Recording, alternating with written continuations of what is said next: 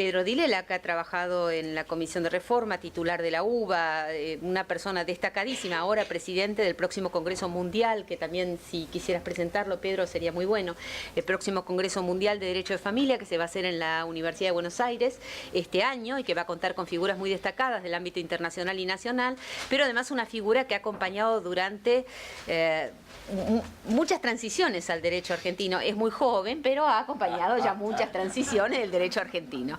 Esta reflexión de los daños en el derecho de familia es algo que en realidad ha sido recurrente en la reflexión nacional para determinar los límites los límites en los cuales debería ser aceptable o no. Ustedes habrán seguido los debates en torno a partir de la aprobación del último Código Civil y que en parte también se pusieron de manifiesto con la pregunta que hizo, perdón, ¿cómo es tu nombre? Julieta. Julieta algo. Vecchione. Julieta Vecchione. Y después, por supuesto, Marcos Córdoba, que justamente en función de la aprobación del nuevo Código Civil, una reflexión que él también trae hace rato, ¿no? Pero justamente a partir de la aprobación del nuevo Código Civil, introdujo la cuestión de los daños en el derecho de familia, especialmente el matrimonio, de una forma que también luego fue recepcionada por la jurisprudencia, es decir, y fue él el que sostuvo, digamos, hizo punta de lanza, después seguido por otros, para sostener que en el nuevo derecho seguía estando vigente la cuestión de los daños en las relaciones de familia, aunque los deberes matrimoniales no obtuvieran sanción derivada del divorcio. Marcos Córdoba tampoco requiere presentación, ustedes ya lo conocen, ha venido aquí muchísimas veces, lo mismo Pedro Dilela, no sé si seguís siendo director del instituto. Sí. Sigue siendo director del instituto, perdón, fue desde que yo conozco director del instituto, sigue siendo director del instituto y... o sea que nosotros somos en realidad, él es nuestro huésped y bueno, Marcos Córdoba, ustedes ya lo conocen, titular de la UBA, decano de la UAI, autor de muchísimas obras, premiado internacionalmente, premiado nacionalmente, reconocido varias veces en diversas instancias y que lo agarramos justo antes de que se nos vaya su gira europea, para que acá nos exponga un poco de los daños en el derecho de familia. Los temas que están anunciados son daños frente a la ruptura del matrimonio por el doctor Marcos Córdoba y daños en la responsabilidad parental y en la adopción por parte de Pedro Dilela. Bueno, les doy la palabra. ¿Empiezo yo, Pedro? No, empezá. Después te pido prestado el código un minuto. Pero por favor. Yo estoy contentísimo de estar acá por varios motivos. Uno de los motivos es que yo no vine hoy acá, sino que yo soy de acá. Nací acá, viví siempre acá. El colegio para mí es una parte importante de mi relación familiar. También mi padre ha sido director de instituto acá durante muchos años. Mi hija está en el instituto que dirige Pedro.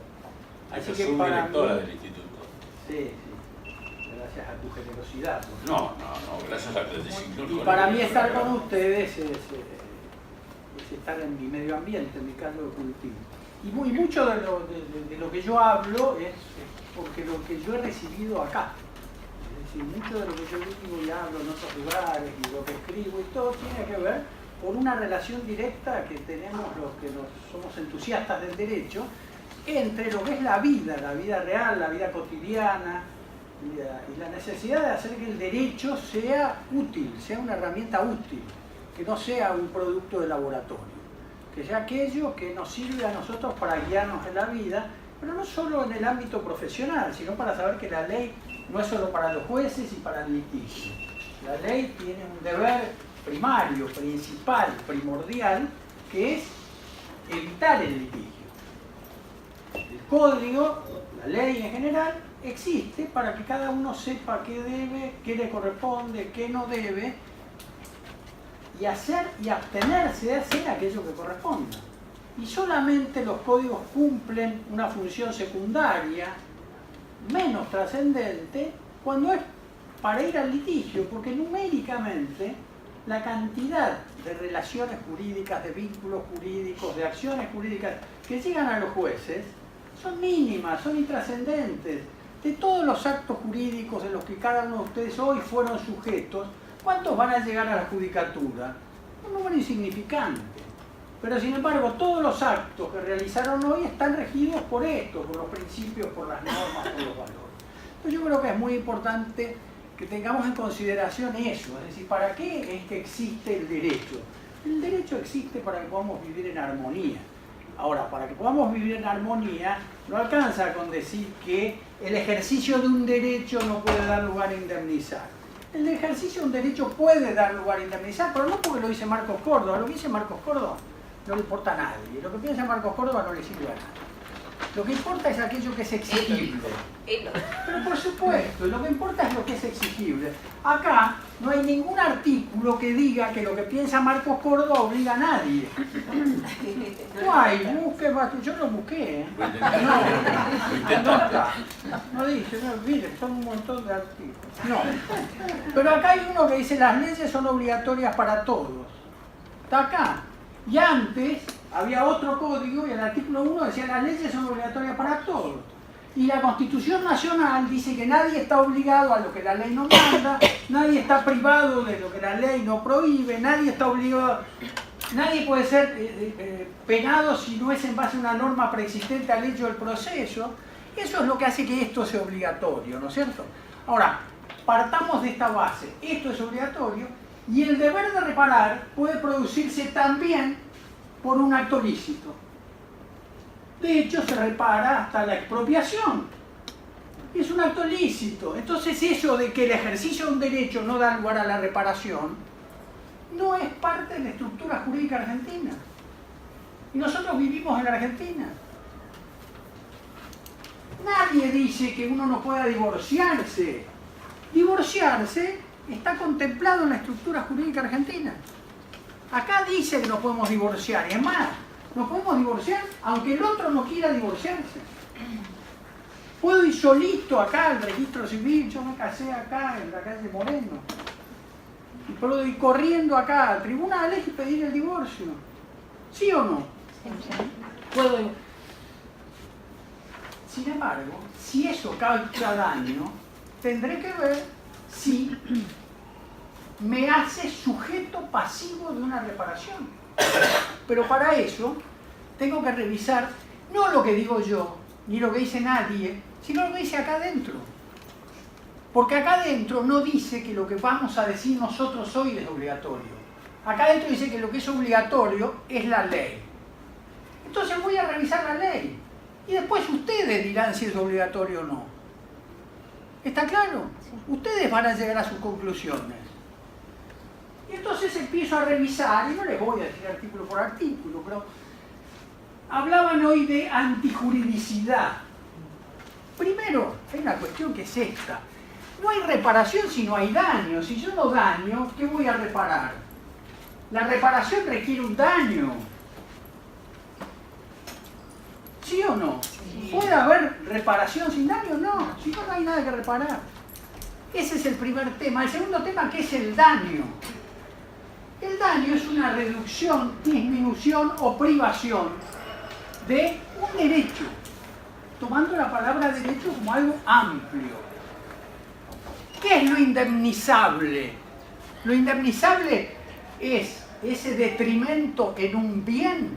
No, lo indemnizable es el detrimento en el interés que ese bien tiene para el sujeto de ese derecho. Entonces la indemnización no es igual para todos. Porque una misma relación jurídica para una persona, según sus circunstancias, tiene un valor distinto que para otra persona. Porque el daño extrapatrimonial no es igual para una persona de mayor sensibilidad que para una persona de menor sensibilidad. Porque ciertos daños extrapatrimoniales o patrimoniales dependen de la circunstancia y del progreso de la vida de cada uno. Entonces, cuando hay que merituar el quantum reparatorio, no puede ser en base a pautas fijas y establecidas previamente que no consideren la particularidad del sujeto. ¿Se entiende lo que digo? Entonces, es notable, y voy a poner los casos más ridículos, pero en algunas oportunidades hay pronunciamientos judiciales que luego de evaluar el daño patrimonial dicen, y refiriéndome al extrapatrimonial, fijo su suma en el 50% de la del daño patrimonial. ¿Y qué tiene que ver eso con mis afecciones íntimas? Nada. Lo que va a tener que ver con eso son mis características particulares del individuo en la relación concreta de que se trata. Pero eso será para el quantum. Ahora, nos hablaba hoy la notable jurista, que es la doctora Kemal-Maher, donde dice que es necesaria la antijuridicidad. ¿Se requiere antijuridicidad? Sí, sí, creo que sí, porque creo que acá lo dice, ¿no? No sé, porque por ahí Pedro me dio un código distinto para que yo... A ver. Te mandé a hacer uno. 1717. ¿Estuviste bien? Dice, cualquier acción o omisión que cause un daño a otro es antijurídica si no está justificada. A ver, cualquier acción u omisión que causa daño es antijurídica si no está justificada. Es decir, que el daño es antijurídico si no está justificado. ¿Y cuándo el daño está justificado? En los casos del artículo siguiente, que es el 1718, lo sintetizo, los casos de, qué sé yo, la legítima defensa. ¿Se entiende? Entonces, me van a justificar por el ejercicio regular de un derecho en la legítima defensa propia de un tercero o para evitar un mal actual o inminente o más grave. ¿De acuerdo? En todos los otros casos, lo antijurídico es el daño. Está bien.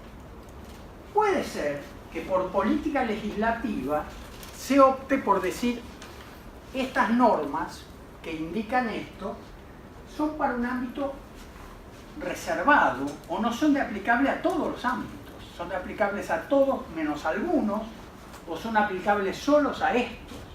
Bueno, también tendremos que revisar eso, es decir, qué es lo que quiso, y no solo lo que quiso. Yo le hablaba a Ida, cuando ella hablaba de los sentimientos, yo le hablaba que lo que tiene trascendencia jurídica es la expresión, no lo que queda reservado en el individuo. Lo mismo que la voluntad, no importa mi voluntad. Nadie tiene por qué adivinar cuál es mi voluntad, es la expresión de mi voluntad. Si yo digo sí acepto, por más que interiormente yo diga no quiero, no quiero, no quiero, jurídicamente acepté. ¿Sí o no? Viene por esposa fulana de tal, sí acepto. Y por ahí te digo, no, no quiero, no quiero. Estoy casado. ¿Sí o no? Cuando se habla de no dañar y cuando se habla de que la asistencia comprende toda la asistencia, porque donde la ley no discrimina, el intérprete no puede discriminar. Es decir, donde la ley no discrimina, habiendo podido discriminar, no puede el intérprete discriminar. Cuando se habla de asistencia, es comprensiva de toda la asistencia, de la asistencia espiritual y de la asistencia material. Entonces hay un deber también de la relación afectiva. Pero en la medida que eso tenga una expresión que cause daño, porque ya dijimos, si no hay daño, no hay reparación. ¿Se entiende hasta ahí? Acá hay un sistema de daños que está regido por esto. El daño es antijurídico, la violación del deber de no dañar a otro o el incumplimiento de una obligación. Es decir, el deber de no dañar da lugar a la reparación. Y después nos dicen que la reparación, que se llama 1738, la indemnización comprende la pérdida o disminución del patrimonio de la víctima, bla, bla, bla, y termina diciendo, incluso las que resultan de la interferencia en su proyecto de vida. Lo dice la ley, que se acuerdan que era obligatoria para todos, para todos. 1738. Ahora vamos a revisar un poco las normas de familia, porque las normas de familia vamos a encontrar excepciones a esto. Hay excepciones. Pero primero vamos a ver esto. Recién hablábamos del proyecto de vida, etcétera, etcétera. Y acá dice, por ejemplo, el 431, desarrollar un proyecto de vida en común. Los esposos se comprometen a desarrollar un proyecto de vida en común. Y en 1738 dice obstrucción al proyecto de vida. ¿Se entiende? Me comprometí a realizar un proyecto de vida en común el otro. Me comprometí con otro a que vamos a remar juntos para cruzar el río. Y en el medio del río yo largo un remo y digo, yo no me interesa seguir. Seguí vos solo. Yo tengo derecho a no seguir. Pero si eso daña al otro, lo debo indemnizar. ¿Se entiende? No me pueden obligar a seguir el bote. Me tiro de cabeza al agua. pero si eso daña al otro, lo debo indemnizar. Yo me comprometo a cruzar la cordillera con otro, para que nos vayamos turnando en quién lleva la carga, quién lleva la mula, quién descansa, quién hace de sereno. Y en el medio de la cordillera vamos. Y el proyecto en común, si hay un compromiso, una obstrucción a un proyecto de vida en común, la ley dice que debo reparar. Y acá la ley me dice que el matrimonio es proyecto de vida en común, basado en la cooperación, ¿de acuerdo? Pero les vuelvo a repetir, la ley hace excepción. Quiere decir que el legislador pudo excepcionar, ¿no? Y en el 401 dice, este código no reconoce, lo que decía, no reconoce esponsales de futuro. Pero después termina diciendo que no hay acción para reclamar los daños y perjuicios causados por la ruptura. Y es cierto que todo esto tiene una historia. Por supuesto que tiene una historia. La ley 2393 decía eso. La ley 23.515 lo quitó. Entonces lo que dijeron todos los que son sabios del derecho fue, si el legislador lo quitó, es porque el espíritu del legislador es que no exista ya más ese límite. ¿De acuerdo?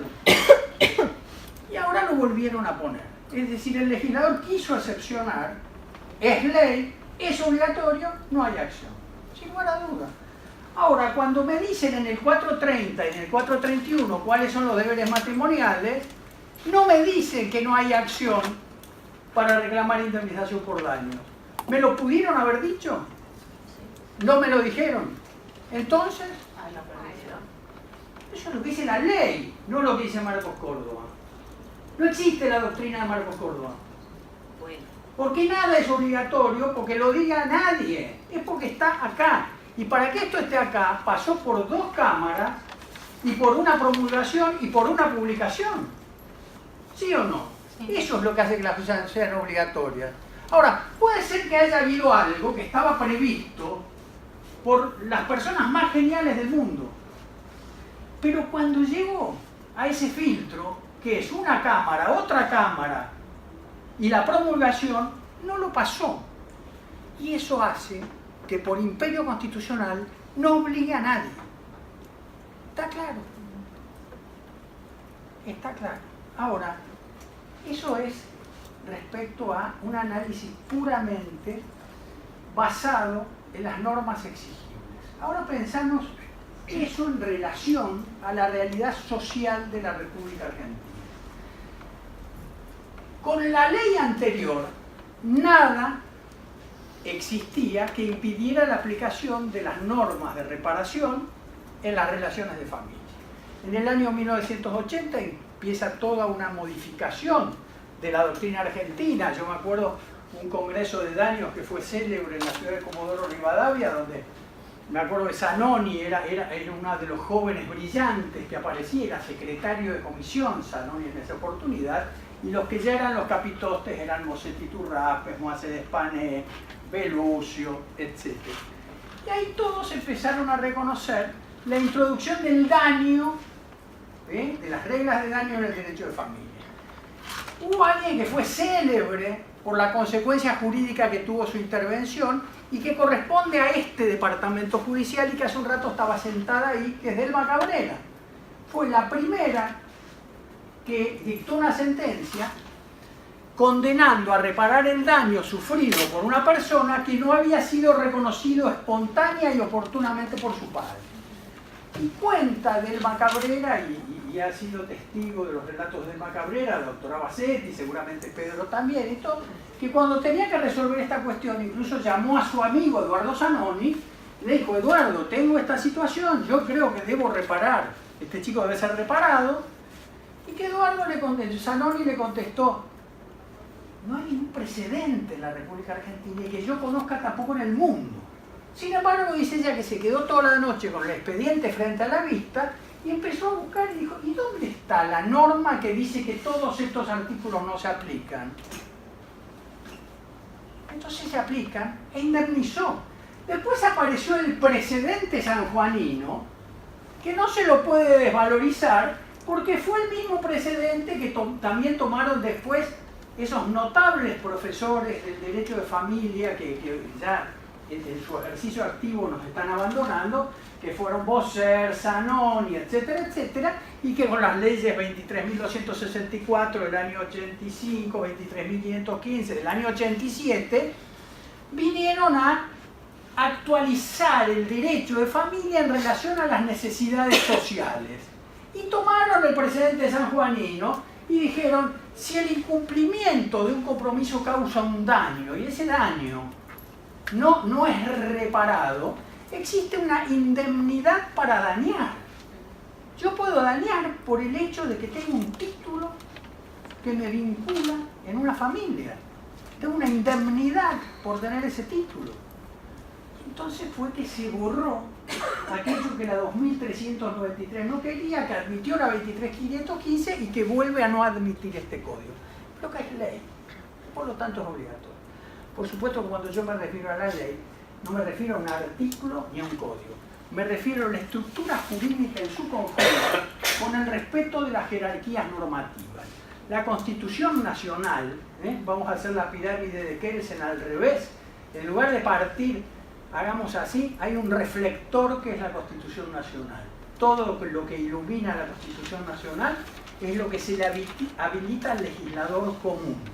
Entre medio de eso quedan las normas supralegales de las convenciones. ¿De acuerdo?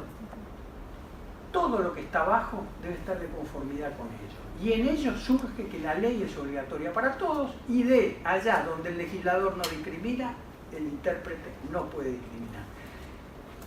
Según el diccionario de Scriche, por ejemplo, que desde el año 1851, existen 32 reglas de interpretación. Ahora, las 32 reglas de interpretación están subsumidas entre los artículos 1 y 2 del Código actual y el ex artículo 16.